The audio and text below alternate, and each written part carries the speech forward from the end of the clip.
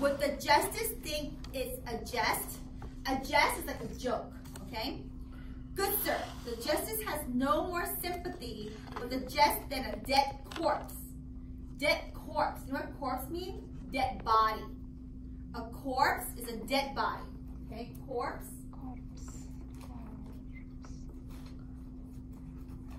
Dead body.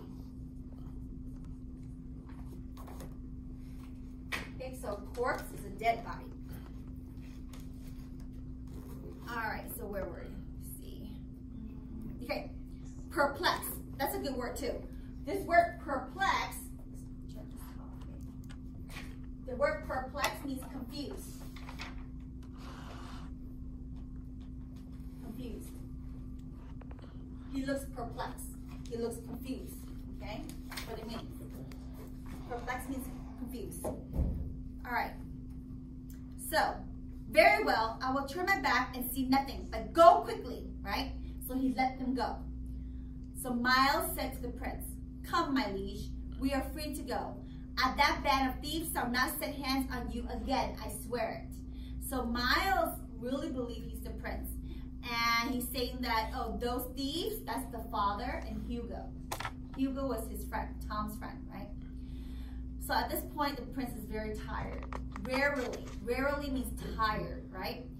Can you believe, Sir Miles, that in the last fortnight, I, the King of England, have escaped from thieves, begged for food on the road. I have slept in a barn with a calf. Calf is a baby cow, okay? I have washed dishes in peasant's kitchen and narrowly escaped death. And not once in all my wanderings, that means, journey, right? Did I see a courier searching for me? Is it not matter for commotion and distress that the head of state is gone? So Miles sadly says, still busy with his pathetic dream. So he doesn't believe him. He still doesn't believe him. It is strange indeed, my liege, but come, I will take you to my father's home in Kent. There you may rest in a house with 70 rooms. I am all impatient to be home again. So remember, Miles came from a noble family, right? He was like friends with the king and queen. So 70 rooms, and he's very rich. Scene 7. Scene 7 is in a village jail, okay?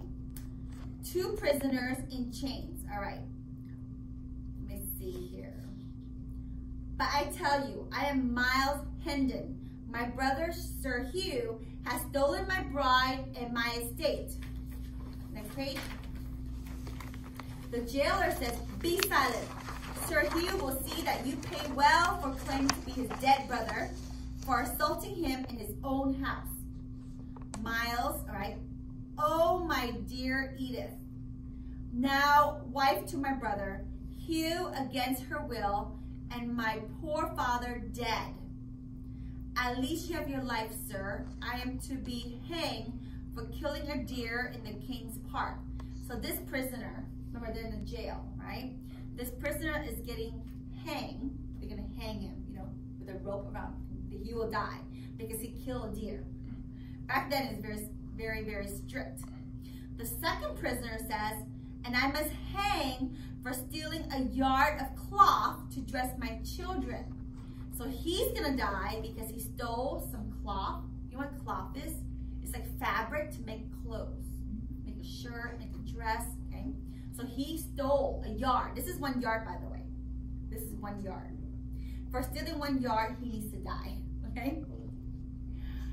All right, so the prince, hearing these stories, feel kind of bad. Okay, he's getting hanged because he killed a deer. He's getting hanged because he stole a yard of clothes, like fabric. So the prince is hearing this. He said, when I mount the throne, that means when I become king and sit on the throne. Throne is that chair, right? When I mount the throne, you shall all be free. And the laws that have dishonored you shall be swept from the books. That means these crazy laws no longer going to exist. He's going to change things. Kings should go to school to learn their own laws and be merciful. So he's saying that these laws are so unreasonable. These kings, these princes should go to school and learn the law that they right, set forth, and be merciful. Be mercy. You know the word mercy? Merciful. Mercy. Mercy. Mercy. Okay, so this word merciful is like to be lenient, right? To feel bad for people and not be so ruthless. The opposite of merciful is ruthless, sort of, right? To be more compassionate. All right. The second prisoner says, he is to be crowned at Westminster tomorrow. So the prince is going to be crowned tomorrow, which is Tom, right? And he's mad now. King? What king, good sir? The first person, why, we only have one. His most sacred majesty, King Edward VI. Okay, this is called Roman numeral. Right here, these are called Roman numeral. Roman numeral. Back in the day, they only had Roman numeral. So this right here represents 5. Okay, so when you see this, that means 6, right? Now is 7, etc. And then this is 10. So these are, like we have numbers. Back then, they had Roman numerals. That's their number, right? So Prince Edward, which is this poor guy right here, he's Edward VI, okay?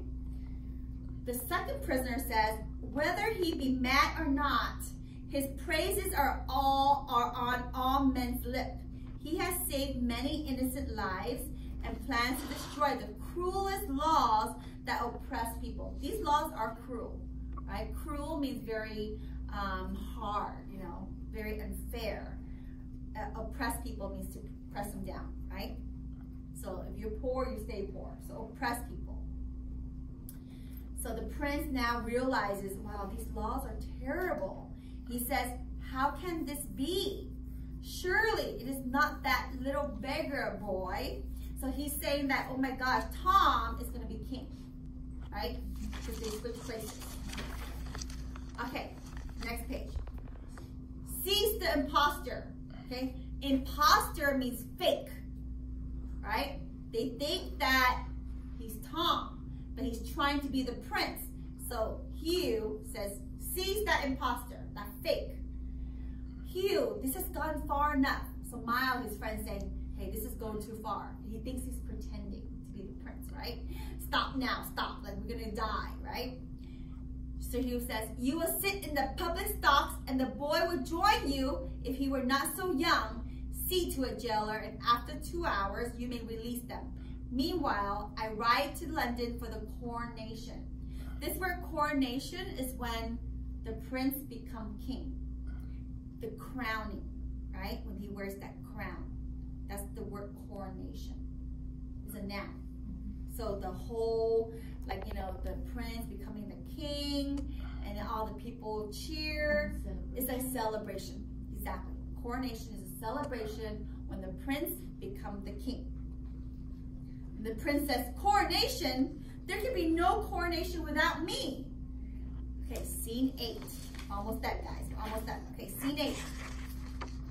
Coronation Day.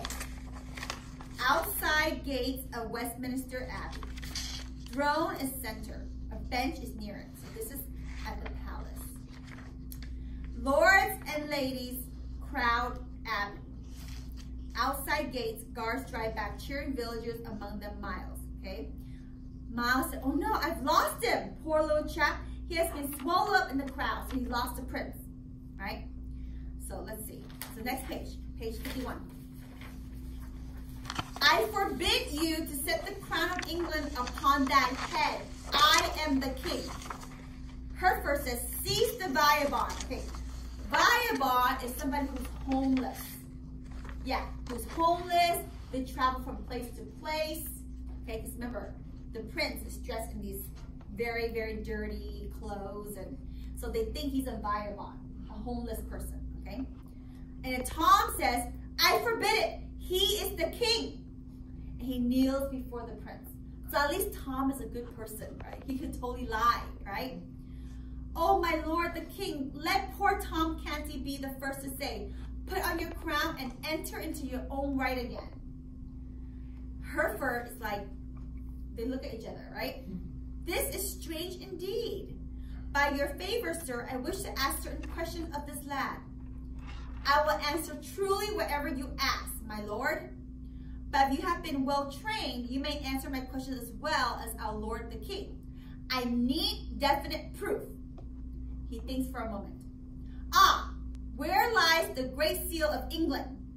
It has been missing for weeks, and only the true Prince of Wales can say where it lies. And Tom says, wait, was the seal round and thick with letters engraved on it? He said, yes. I know where it is, but it was not I who put it there. The rightful king shall tell you. And to the prince, think, my king, it was the very last thing you did that day before you rushed out of the palace wearing my rags.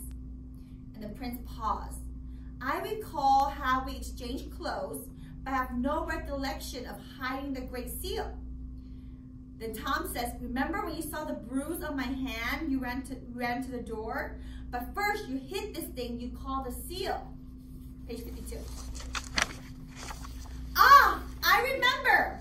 My good St. John, you shall find the great seal in the armor that hangs on the wall in my chamber. Okay, so St. John hesitates, but he hurries off. Please, right, my king, now the scepter of England is yours again. You know what a scepter is? Is that the thick scepter. I'll show you.